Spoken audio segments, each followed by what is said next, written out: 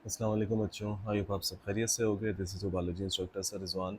अच्छा बच्चों, ये जो वीडियो मैं बना रहा हूँ बेटा, ये है सेकंड ईयर जोलॉजी।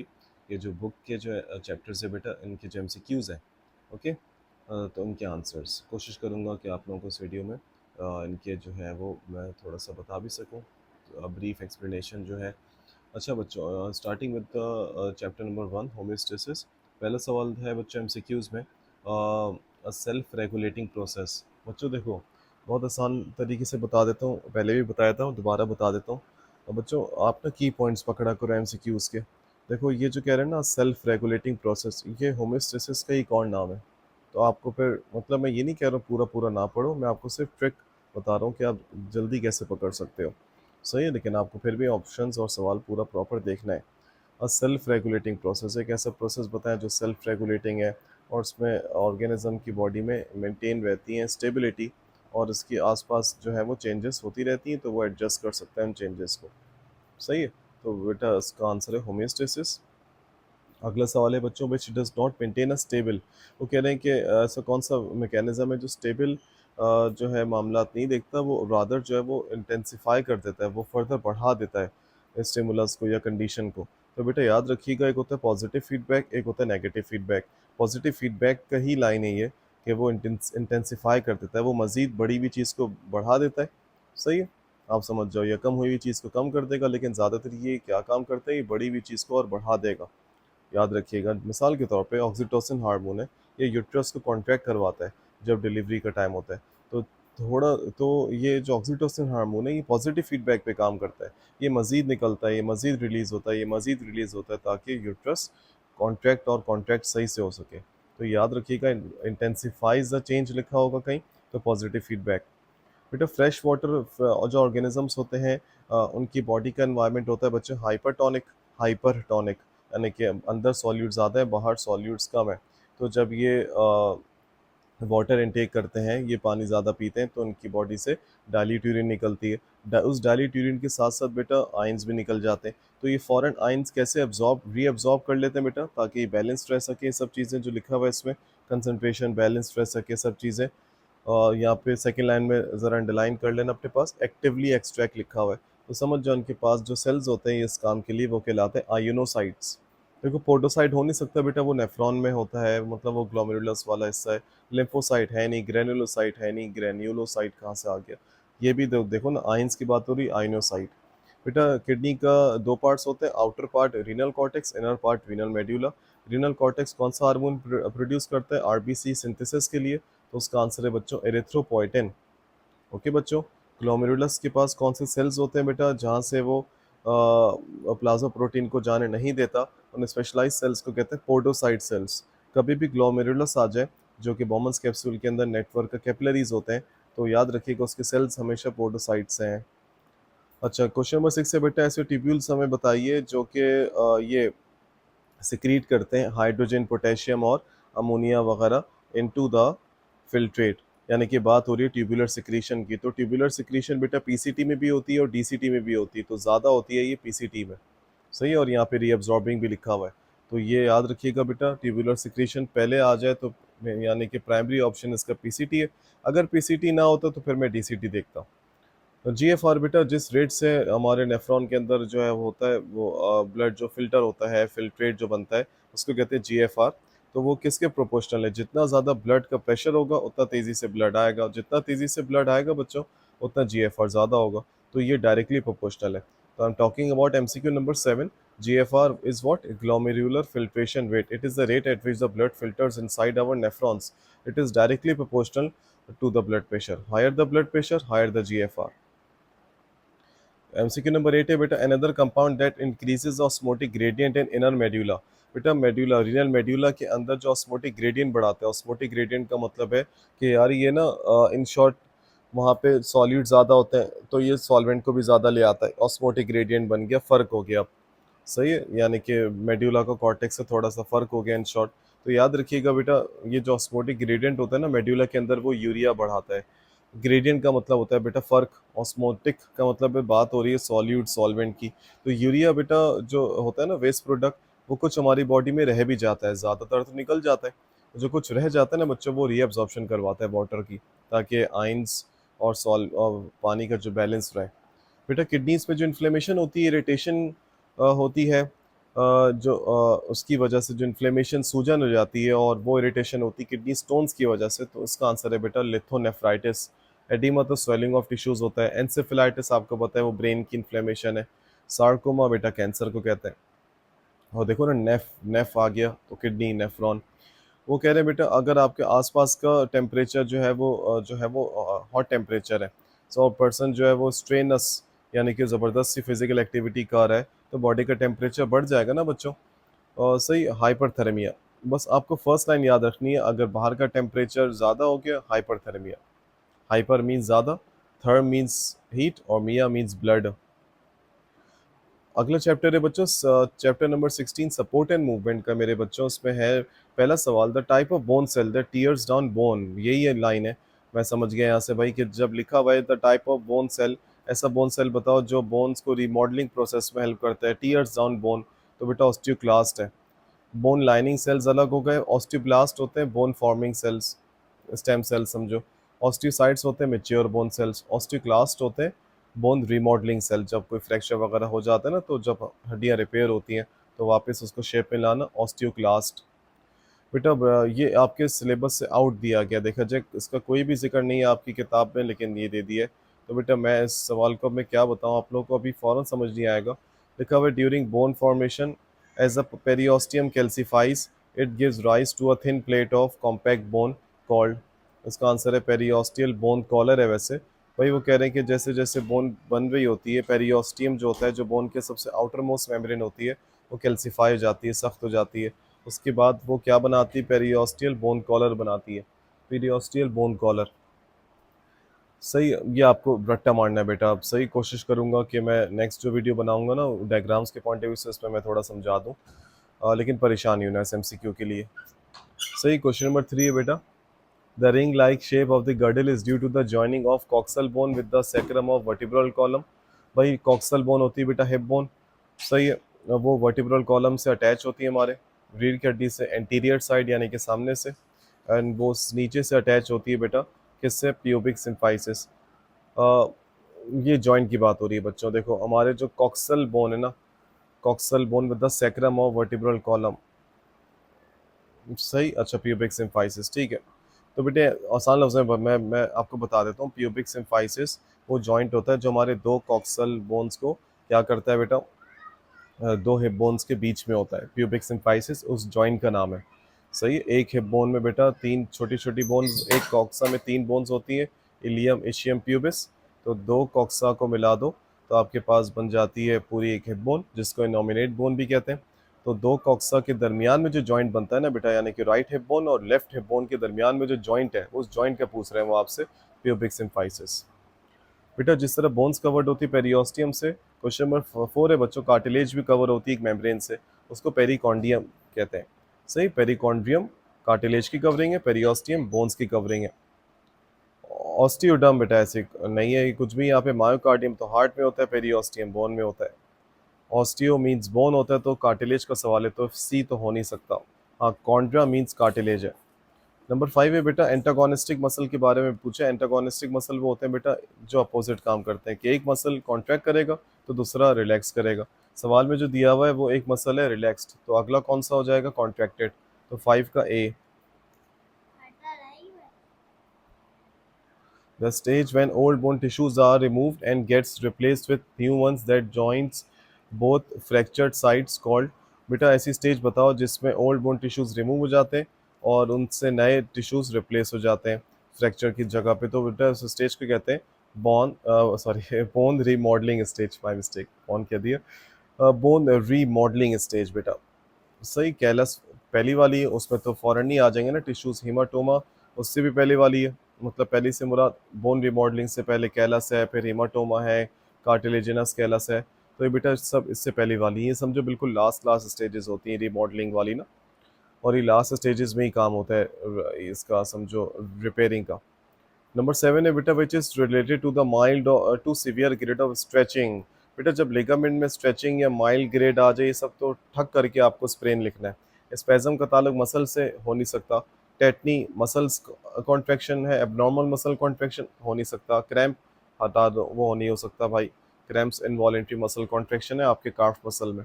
तो जब लिगामेंट आ जाए, स्ट्रेन आ जाए, तो ठक करके स्प्रेन लिख देना। पिछली वीडियो में बेटा, पिछली से पिछली मैंने कोशिश करी थी, यानी कि मतलब बहुत रिसेंट वीडियोस में मैंने अल्ट्रा स्ट्रक्चर समझाया था बेटा। जो हमारे जो मसल के जो सेल्स होते हैं ना, वो ग्रुप्स होते हैं, उनके ग्रुप्स होते हैं, उनको उनके ग्रुप्स को कहते हैं फेसिकल्स। तो एक फेसिकल तो होता नहीं हमारे मसल्स में, बहुत सारे फेसिकल्स हैं, यानी कि बहुत सारे ग्रुप्स हैं। तो उन हर एक फेसिकल के दरमियान में जो मेम्ब्रेन होती है ना, यानी कि हर एक बंडल ऑफ मसल सेल्स के दरमियान में जो मेम्ब्रेन होती है, उसको पेरीमाइसियम कहते हैं। सार्कोलीमा तो मसल सेल की मेम्ब्रेन है। एंडोमाइसियम जो सेल्स होते हैं अंदर बंडल के अंदर, उनके दरमियान की मेम्ब्रेन है। एपीमाइसियम जो होता है बेटा, वो सबसे आउटर मोस्ट मेम्ब्रेन है मसल की। The heart muscles arranged in a branching network where cells are joint together and making a, बेटा जो हार्ट के जो मसल्स हैं वो एक ब्रांचिंग नेटवर्क में अरेंज हैं, और वो एक यूनिट बनाते हैं बेटा, उसको कहते हैं सिंशियम, कार्डियक सिंशियम। इसका मतलब है बहुत सारे सेल्स एक ही तरह मतलब काम करें, मल्टी न्यूक्लिएटेड सेल्स एक एज अ यूनिट में कॉन्ट्रैक्ट और relax. These joints help the bone by dense, जब जॉइंट्स आ जाए और लिखा हुआ आ जाए ना ये डेंस कनेक्टेड टिश्यू, तो समझ जाओ उसका आंसर है सबसे सख्त जॉइंट्स, फाइब्रस जॉइंट्स। सही है। अगला सवाल है मेरे बच्चों, चैप्टर नंबर 3, और ये है आपके पास नर्वस कोऑर्डिनेशन। अच्छा चैप्टर है बेटा। इसमें पहला सवाल लिखा हुआ है, most of the neurons in the human brain are. बेटा मोस्ट ऑफ द न्यूरॉन्स कौन से हमारे ह्यूमन ब्रेन में? इंटर न्यूरॉन्स, क्योंकि इंटर न्यूरॉन्स होते ही सीएनएस में। वो लिखा हुआ है बेटा, अगला सवाल है, nervous system can alter activities in its target cells in muscles and gland because. और नर्वस सिस्टम जो है वो चेंज कर सकता है एक्टिविटीज़ अपने टारगेट सेल्स में, मसल्स एंड ग्लैंड्स में। क्यों, कैसे? The target cells have receptor, देखो पहला जो लिखा हुआ है ना, they are electrically coupled by gap junctions, ये हटा दो, नहीं बेटा, ये गैप जंक्शंस तो सिर्फ कनेक्शन को कहते हैं, उन्होंने प्रॉपर पूछा है कि वो किस तरह चेंज कर सकता है। नंबर सी देखते हैं, the nervous system release signals into the blood, blood में तो रिलीज नहीं करता नर्वस सिस्टम। फोर लिखा हुआ, the target cells that become disconnected, नहीं ना, तो जब डिस्कनेक्ट हो जाएंगे तो कैसे चेंज करेगा। नंबर बी है बेटा, option option B, the target cells have receptor proteins for the signals, जो टारगेट सेल्स होते हैं उनके पास रिसेप्टर प्रोटीन्स होते हैं नर्वस सिस्टम के सिग्नल्स को रिसीव करने के लिए। क्वेश्चन नंबर 3 बच्चों, for a neuron with an initial membrane potential at -70 millivolts an increase in the movement of potassium ions out of neuron cytoplasm. Neuron के अंदर पोटेशियम ज्यादा होता है बच्चों, न्यूरॉन के बाहर आरएमपी यानी कि -70 में सोडियम ज्यादा होता है। जब अंदर से बाहर जो है वो पोटेशियम जा रहा है, अभी सोडियम की बात नहीं हो रही, तो जब पोटेशियम, अच्छा और अंदर की मेम्ब्रेन कौन सी होती है बच्चों? Negative charge. बाहर की मेम्ब्रेन आरएमपी में यानी कि -70 पे क्या होती है बच्चों? Positive charge. तो जब अंदर का पोटेशियम अंदर से और बाहर जाएगा तो अंदर वाली मेम्ब्रेन और मजीद क्या हो जाएगी? नेगेटिव हो जाएगी। सही है। तो बेटा ये कंडीशन को कहते हैं हाइपर पोलराइजेशन, तो इसका आंसर है हाइपर पोलराइजेशन। नंबर 4 है बेटा, एक्शन पोटेंशियल, यानी कि जो इलेक्ट्रिक इम्पल्स है, नर्व इम्पल्स है, वो एक्सॉन से जो गुजरता है, इनमें चारों में ज्यादा अच्छा कौन सा है? ये बेटा लास्ट वाला जरा देखो आप। क्या ये सही नहीं? एक्शन पोटेंशियल जो है वो ज्यादा तेज गुजरता है माइलिनेटेड से as compare to non myelinated? बिल्कुल। नॉन माइलिनेटेड न्यूरॉन्स वो होते हैं जिनमें माइलिन शीथ नहीं होती। माइलिन शीथ होती है बेटा इलेक्ट्रिक करंट की दुश्मन, उसके अंदर से नहीं जाता, यानी कि इंसुलेटर के तौर पे काम करती है, उसके ऊपर से जाता है जम करते हुए इलेक्ट्रिक करंट, जिसको कहते हैं सॉल्टेटरी कंडक्शन। सही है। तो बेटा और जो माइलिनेटेड न्यूरॉन्स होते हैं उनमें ज़्यादा फास्ट गुजरती है एक्शन पोटेंशियल। सही। Number 5, the surface on a neuron that discharges vesicles is the, बेटा न्यूरॉन की जो सरफेस होती है ऐसी बताई जहाँ से वेसिकल्स निकलते हैं ताकि वो अगली मेम्ब्रेन में जा सकें, तो बेटा उस सरफेस को कहते हैं प्री साइनेप्टिक मेम्ब्रेन, जहाँ से न्यूरो रिलीज होते हैं। नंबर 6 है बेटा, हमारे नर्वस सिस्टम में, सॉरी नंबर 6 है, an an inhibitory post synaptic potential occurs in a membrane made more permeable to. बेटा याद रखिएगा, जब पोटेशियम का जिक्र नहीं हो रहा, तो सॉरी जब सोडियम का जिक्र नहीं हो रहा, कैसे पता लगेगा? नंबर 6 में लिखा हुआ है इनहिबिशन। इनहिबिशन कब होती है? जब पोटेशियम का जिक्र हो। और एक्साइटेशन कब होती है? जब सोडियम का जिक्र हो। याद रखिएगा। तो जब वो कह रहे हैं कि एक ऐसा साइनेप्स बन रहा है जो कि इनहिबिशन कॉज करवा रहा है, तो यानी कि वहां से ज्यादा कौन गुजरा होगा? मेम्ब्रेन किसके लिए परमेबल हो गई होगी? तो उसका आंसर है पोटेशियम। नंबर 7 है बेटा, हमारे न्यूरो ऐसा बताओ हमारे ब्रेन का जो मेजर इनहिबिटरी है। इनहिबिटरी का मतलब है कि वो जो है वो डीपोलराइजेशन नहीं करवाता। अगले पोस्ट साइनेप्टिक मेम्ब्रेन में, तो उसका आंसर है बेटा GABA. Gamma amino butyric acid is the most यानी कि मोस्ट अबंडेंट इनहिबिटरी, ये सबसे ज़्यादा पाए जाने वाला है हमारे ब्रेन में इनहिबिटरी न्यूरो ट्रांसमीटर। उसके बाद है बेटा which selection is incorrectly, sorry number 8 है, where are neuro receptors located. बेटा न्यूरो निकलते हैं एक न्यूरॉन से दूसरे न्यूरॉन में, यानी कि जिससे निकलते हैं उसको कहते हैं प्री साइनेप्टिक, जिसमें जाते हैं उसको कहते हैं पोस्ट साइनेप्टिक। तो जिससे निकलेंगे उसमें थोड़ी रिसेप्टर्स होंगे, वहां तो वेसिकल्स होंगे, जहां जाएगा वहां उसके रिसेप्टर होंगे उसको पकड़ने के लिए। तो जहां जाएगा बेटा वो कौन सी जगह होती है, पोस्ट साइनेप्टिक मेम्ब्रेन। तो उसका आंसर है बेटा simple post synaptic membrane. Which selection is incorrectly pair, ऐसी कौन सी सिलेक्शन है बेटा इनमें से जो इनकरेक्टली पेयर्ड है। फोर ब्रेन डाइनसिफिलॉन सही है, फोर ब्रेन सेरिब्रम भी सही है, मिड ब्रेन ब्रेन स्टेम होता है mid brain pons medulla oblongata का कॉम्बिनेशन। तो बच्चा हमारे पास लास्ट मिड ब्रेन और सेरिबेलम अलग है, क्योंकि मिड ब्रेन का कोई पार्ट नहीं है, सेरिबेलम पार्ट है हाइंड ब्रेन का। सही है। विच ऑफ द फॉलोइंग रिसेप्टर्स, ये कौन से रिसेप्टर्स ऐसे हैं जिसमें से ये इनकरेक्टली पेयर्ड हुए हुए या और ये ट्रांसड्यूसर्स के तौर पे काम करते हैं। ट्रांसड्यूसर्स वो होते हैं बच्चों जो एक फॉर्म ऑफ समझो स्टिमुलस को दूसरे फॉर्म ऑफ स्टिमुलस में कन्वर्ट करते हैं।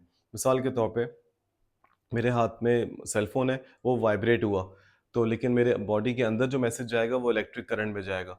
तो वाइब्रेशन हो गई अलग फॉर्म ऑफ स्टिमुलस, बॉडी के अंदर ने उसको जवाब दिया, रिसेप्टर्स के जरिए से उसने पिक किया इलेक्ट्रिक करंट की फॉर्म में। तो बेटा मैकेनो रिसेप्टर साउंड बिल्कुल सही है, कीमो रिसेप्टर सॉलिड कॉन्सेंट्रेशन सही है, थर्मो रिसेप्टर्स हीट ये भी सही है। तो कौन सा सही नहीं है, पेन रिसेप्टर्स का इलेक्ट्रिसिटी से कोई ताल्लुक नहीं है। सही बच्चों, अगला सवाल, अगला चैप्टर है आपके पास मेरे बच्चों, चैप्टर नंबर 18 है ना, बिल्कुल, केमिकल कोऑर्डिनेशन। सही, केमिकल कोऑर्डिनेशन का पहला सवाल है बेटा इनमें से कौन सी स्टेटमेंट हार्मोन्स के बारे में गलत है। बेटा हार्मोन्स जो है वो they are use to communicate between different organisms, ऐसा कोई मामला नहीं है।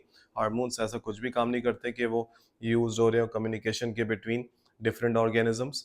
They are carried by the circulatory system, बिल्कुल हार्मोन्स बिल्कुल सर्कुलेटरी सिस्टम में होते हैं, पहला भी सही है। They are produce by endocrine glands, दूसरा भी सही, they are modified amino acids. सही बच्चों, वो कह रहे हैं कि oxytocin and ADH are produce by the dash and stored in dash. Oxytocin and ADH बनते कहाँ हैं और स्टोर्ड कहाँ होते हैं? बनते हैं हाइपोथैलेमस में, स्टोर्ड होते हैं posterior lobe of pituitary gland.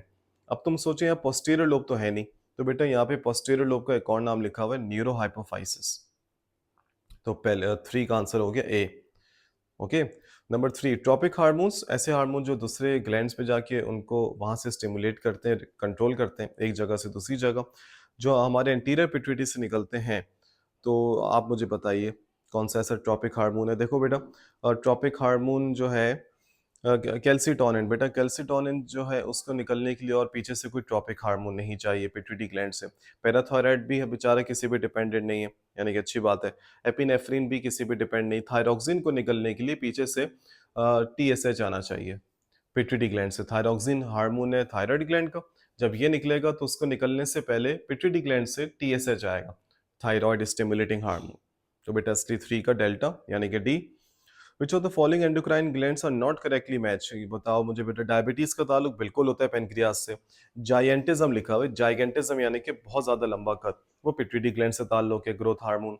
Tetani का ताल्लुक बिल्कुल पैराथायराइड ग्लैंड से है, जबकि गोइटर का ताल्लुक होता है थायराइड ग्लैंड से। और यहाँ लिखा हुआ है गोइटर का ताल्लुक है एड्रिनल मेड्यूला से, तो ऐसा कुछ भी नहीं है। तो 4 का सी। Which hormones exerts which hormone exerts antagonistic action to PTH? Parathyroid hormone क्या काम करता है? और कैल्सिटोनिन अगर आप देखो तो बेटा कैल्सिटोनिन क्या काम करता है, वो मिनरलाइजेशन करवाता है, वो ब्लड से बोन्स में जो है वो मिनरल्स ऐड करता है। पैराथायराइड हार्मोन्स वो बोन से मिनरल्स ब्लड में डालता है, ये अपोजिट काम है कैल्सिटोनिन। सही बेटा, पीटीएच का अपोजिट कैल्सिटोनिन है, जिस तरह इंसुलिन का अपोजिट ग्लूकागॉन है। अपोजिट मतलब एंटागोनिस्टिक। ऐसे कौन से हार्मोन्स हैं इनमें से बेटा जो कि एक अमाइनो एसिड से बनते हैं, उस अमाइनो एसिड का नाम है टायरोसिन। तो बेटा टायरोसिन से एपिनेफ्रिन भी बनता है, कैटिकोलामाइंस भी कहते हैं, थायरॉक्सिन भी कहते हैं। तो बेटा ये सारे ही हैं, ऑल ऑफ द फॉलोइंग। वो कह रहे हैं कि बेटा अगर किसी पर्सन में से या किसी इंडिविजुअल में से if the adrenal cortex were removed, adrenal cortex बेटा कॉर्टिसोल हार्मोन रिलीज करता है जो स्टीरॉयड नेचर के होते हैं, जिन हार्मोन्स को मिला के हम लोग कहते हैं कॉर्टिकोस्टीरॉइड्स। अगर उसमें से एड्रिनल कॉर्टेक्स ही निकाल दो तो कौन से ग्रुप ऑफ हार्मोन सबसे ज़्यादा अफेक्टेड होगा? तो एड्रिनल कॉर्टेक्स के जितने भी हार्मोन्स होते हैं, कॉर्टिसोल, एल्डोस्टेरॉन, एंड्रोजन्स, उन सब की नेचर स्टीरॉयड है। तो किस नेचर ऑफ हार्मोन को सबसे ज़्यादा अफेक्टेड होंगे? वो steroid. Number 8, which of the following hormones is are secreted by the adrenal gland? कौन से हार्मोन जो है वो एड्रिनल ग्लैंड सिक्रेट करेगा जब स्ट्रेस की कंडीशन होगी या सिंथेसिस ऑफ ग्लूकोज? तो स्ट्रेस में आपको कभी ये नहीं देखना कि स्ट्रेस में हमेशा एपिनेफ्रिन की बात हो रही है, या स्ट्रेस किस लिहाज से दिया गया है। ऐसा स्ट्रेस जिसमें ग्लूकोज की कमी है तो अब यहाँ ग्लूकोज बनाना है, तो जब सिंथेसिस ऑफ ग्लूकोज आ जाए और स्ट्रेस आ जाए तो ग्लूकोकॉर्टिकॉइड्स, याद रखिएगा। और यहाँ पे एड्रिनल ग्लैंड भी तो लिखा है ना, जबकि अच्छा एड्रिनल ग्लैंड में तो आपके पास मेडुला भी होता है, वहां से तो एपिनेफ्रिन भी निकलता है, तो वहां पे वो बेटा वो फियर ऑफ फाइट और फ्लाइट वाली कंडीशंस हैं। तो स्ट्रेस हो और आपके पास ग्लूकोज सिंथेसिस हो तो ग्लूकोकॉर्टिकॉइड्स। बेटा ग्लूकोकॉर्टिकॉइड्स में आपके पास कॉर्टिसोल आता है, कॉर्टिसोल हार्मोन याद करो, आपने पढ़ा होगा Edison's disease, Cushing syndrome. Which of the following stimulates the contraction of uterine muscle? कौन सा ऐसा बेटा वो है हार्मोन जो कि यूट्राइन मसल, यूट्रस जिसको बच्चादानी कहते हैं, वो कॉन्ट्रैक्ट करवाता है? ऑक्सीटोसिन हार्मोन है बेटा, जिसको बर्थ हार्मोन भी कहते हैं। अगला सवाल है बच्चों, ऐसा डिस्टिंक्टिव फीचर बताइए of action of thyroid hormones and steroid hormones. बेटा थायराइड हार्मोन्स होते हैं लिपोफिलिक, लिपोफिलिक का मतलब है लिपिड लवर्स, और स्टीरॉयड हार्मोन्स भी तो है वही है लिपिड लवर्स, कोई मसला ही नहीं है बेटा। ये सेल मेम्ब्रेन को आराम से क्रॉस कर जाते हैं तो उनको सेकेंडरी मैसेंजर की ज़रूरत नहीं पेश आती, याद रखिएगा। सही, मैंने एक बहुत मशहूर देखा था यूट्यूब चैनल, हज़ारों लाखों सब्सक्राइबर्स एक्स वाई जेड, और उन्होंने इसकी एक्सप्लेनेशन गलत दी हुई थी। याद रखिएगा बेटा, उन्होंने मतलब इसका आंसर गलत बताया हुआ था। थायराइड हार्मोन्स स्टीरॉयड हार्मोन्स एक ही हैं, भाई बहन है। सही है, तो ये लोग आराम से गुजर जाते हैं सेल मेम्ब्रेन से, तो इनके रिसेप्टर्स न्यूक्लियस के आसपास यानी कि सेल के अंदर होते हैं, इंट्रासेल्युलर। सही, तो ऑप्शन सी क्या, these hormones binds to receptors inside cells. जबकि जो पेप्टाइड हार्मोन्स वगैरह होते हैं मॉडिफाइड अमाइनो एसिड्स वाले, उनके रिसेप्टर्स बाहर होते हैं, वो जब सेल के अंदर जाते हैं क्योंकि वो डायरेक्टली नहीं गुजर सकते, क्योंकि वो लिपोफिलिक नहीं है, वो हाइड्रोफिलिक है, वो पानी के दोस्त हैं, तो उनको एक्टिवेट होने के लिए वो पूरा सेकेंडरी मैसेंजर और CMP चाहिए होता है। तो बेटा इसका आंसर सी है, 10th का। अगला चैप्टर है बेटा आपके पास रिप्रोडक्शन। रिप्रोडक्शन में बेटा आपके पास है ovarian cycle includes changes in ovarian follicles to secondary follicle. Ovarian cycle की देखो बात हो रही है, यानी कि changes in ovary. Menstrual cycle बेटा दो हिस्सों में डिवाइडेड है, ओवेरियन साइकिल, यूट्राइन साइकिल। सही, ओवेरियन साइकिल में जो होते हैं ओवेरियन फॉलिकल्स सेकेंडरी फॉलिकल में कन्वर्ट हो जाते हैं, और फिर वो किस में कन्वर्ट होते हैं? तो सबका आंसर ग्राफियन फॉलिकल ही है, याद रखिएगा। ये डी नहीं है, इसका ए है। वेसिकुलर फॉलिकल वो होता है जब वो यूट्राइन साइकिल चल रही होती है, तो अभी यहाँ पे ओवेरियन साइकिल पूछी है। सिर्फ इन्होंने कंफ्यूज किया हुआ है आपको पहली लाइन से, to secondary follicle and finally to. सही है, तो ये एक ही बात है, ग्राफियन फॉलिकल होता है। इन मेल्स में बेटा, फीमेल और मेल्स में दोनों में होता है बेटा FSH। मेल्स में FSH क्या काम करता है? स्पर्म सेल्स को डेवलपमेंट में और मेचुरेशन में हेल्प करवाता है। बेटा मेंस्ट्रुअल साइकिल जो है इसमें प्राइमरीली वो रेगुलेट होती है तीन, इनमें से कौन से हार्मोन्स है बेटा? इनमें से हार्मोन्स जो है बताइए, लेकिन एक्सेप्ट इससे नहीं होती। अब तो आपको एक्सेप्ट बताना है। FSH से भी होती है, ईस्ट्रोजन भी होता है इसमें, प्रोजेस्टेरोन भी होता है, एंड्रोजन का तो कोई काम नहीं है इसमें। तो 3 का सी। तो FSH हार्मोन जो है बेटा ग्राफिन फॉलिकल, अगला सवाल है, FSH induces the graafian follicle to produce. FSH जो होता है वो ग्राफिन फॉलिकल जिसमें एक एग होता है, वो उसको इंड्यूस करते हैं, स्टार्ट करते हैं, ताकि आप क्या प्रोड्यूस करो?